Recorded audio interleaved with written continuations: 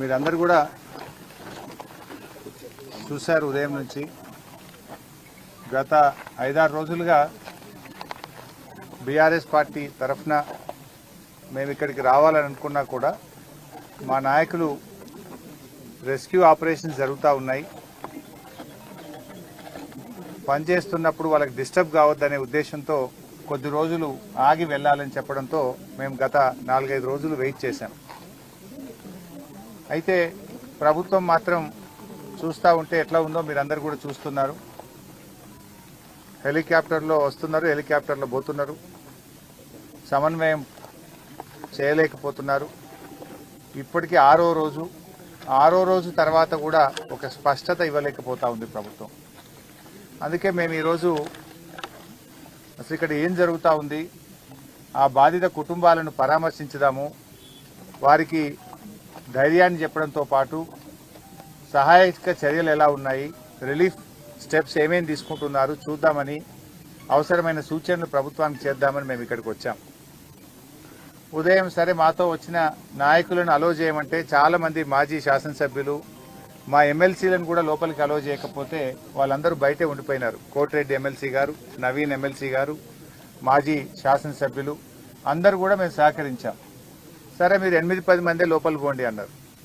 8-10 మంది లోపల పోయిన తర్వాత మళ్ళీ లేలే 5గురే పోవాలి, 6గురే పోవాలి, ఒకటే కారు పోవాలని మళ్ళీ అక్కడ మమ్మల్ని ఆపి మమ్మల్ని లోపల పోకుండా ఇబ్బంది పెట్టే ప్రయత్నం చేసినారు.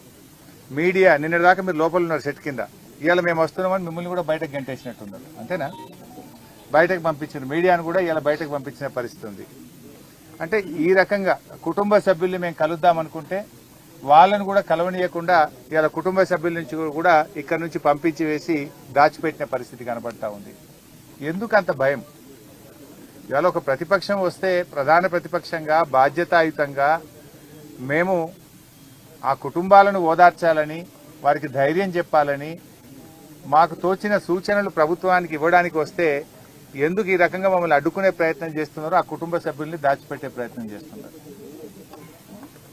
ఇవాళకి 6వ రోజు మేము లోపలికి వెళ్ళి ఎన్డీఆర్ఎఫ్ టీంతో కలిశాం. సరే నేను ఎన్డీఆర్ఎఫ్ సిబ్బందిని మనస్ఫూర్తిగా అభినందిస్తున్నా. వాళ్ళు చెప్పారు చివరి పాయింట్ వరకు మేము ఆల్మోస్ట్ 10 మీటర్స్లో చివరి పాయింట్లో 1.2 మీటర్స్ మాత్రమే స్పేస్ ఉంది. అక్కడి వరకు కూడా పాక్కుంటూ వెళ్ళి చూసాం, అక్కడ ఆక్సిజన్ లేదు, అక్కడి వరకు కూడా వెళ్ళి వచ్చామని చెప్పి ఎన్డీఆర్ఎఫ్ బృందం మాకు ఎక్స్ప్లెయిన్ చేసినది. వారి ప్రయత్నాన్ని నేను తప్పకుండా అభినందిస్తా ఉన్నా.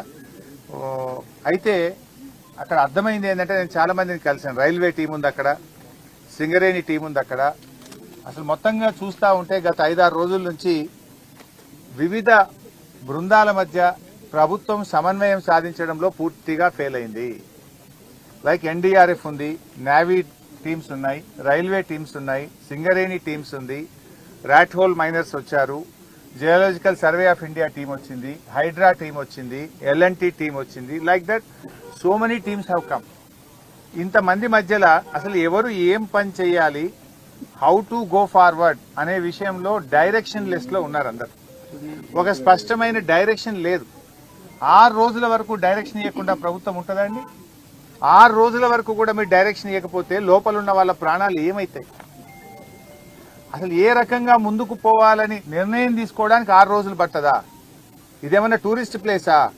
మంత్రులు పొద్దుగాలు వస్తున్నారు, సాయంత్రం పోతున్నారు, సాయంత్రం వస్తున్నారు, పొద్దుగాలు పోతున్నారు హెలికాప్టర్ వేసుకొని. ఎలక్షన్ ప్రచారం పోతున్నారు. ముఖ్యమంత్రి ఇంతవరకు రాడు, డైరెక్షన్ లేదు. మంత్రి గారు రోజు సాయంత్రం వస్తుండు, పొద్దుగాలు వేసిపోతుండు. యాడికి పోతుండు? ఇంతకంటే ముఖ్యమైన పని ఏముంటుంది రాష్ట్రంలో? అసలు ఒక డైరెక్షన్ ఇయ్యరా మీరు? ఎలా ముందుకు పోవాలి, వాళ్ళ ప్రాణాలు కాపాడడానికి రిలీఫ్ మెజర్స్ కు ఒక స్పష్టమైన ఒక విధి విధానాన్ని, ఒక డైరెక్షన్ నిర్ణయించే బాధ్యత ప్రభుత్వానికి లేదా అని నేను అడుగుతా ఉన్నా. ఇవాళ 6వ రోజు ఇప్పటికీ కన్వేయర్ బెల్ట్ పనిచేయడం లేదు. You are not able to repair the conveyor belt. 6 రోజులు పడుతుందా కన్వేయర్ బెల్ట్ రిపేర్ చేయడానికి?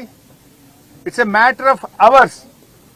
కొద్ది గంటలు కరెక్ట్ గా డైరెక్షన్ ఇచ్చి ఉంటే కన్వేయర్ బెల్ట్ ను మరమ్మతు చేస్తే ఆ లోపలుండే మక్కంతా కూడా బయటకు తేవడానికి అవకాశం ఉంటుంది. అది ఎందుకు లేట్ అవుతుందో, మరి ఎక్కడ డైరెక్షన్ మిస్ అవుతుందో నాకు తెలియదు. టనల్ బోర్ మిషన్ యొక్క పార్ట్స్ అది మీద నుంచి రాళ్లు పడి డెబ్రిస్ పడి కొన్ని పార్ట్స్ వంగిపోయినాయి, కొన్ని పార్ట్స్ చెల్లా చెదురుగా పడి ఉన్నాయి అన్నారు. అవి కట్ చేసి తీస్తే కానీ లోపల నుంచి మక్కు కానీ అక్కడున్న బురదను బయటకు తేవడానికి అవకాశం లేదు.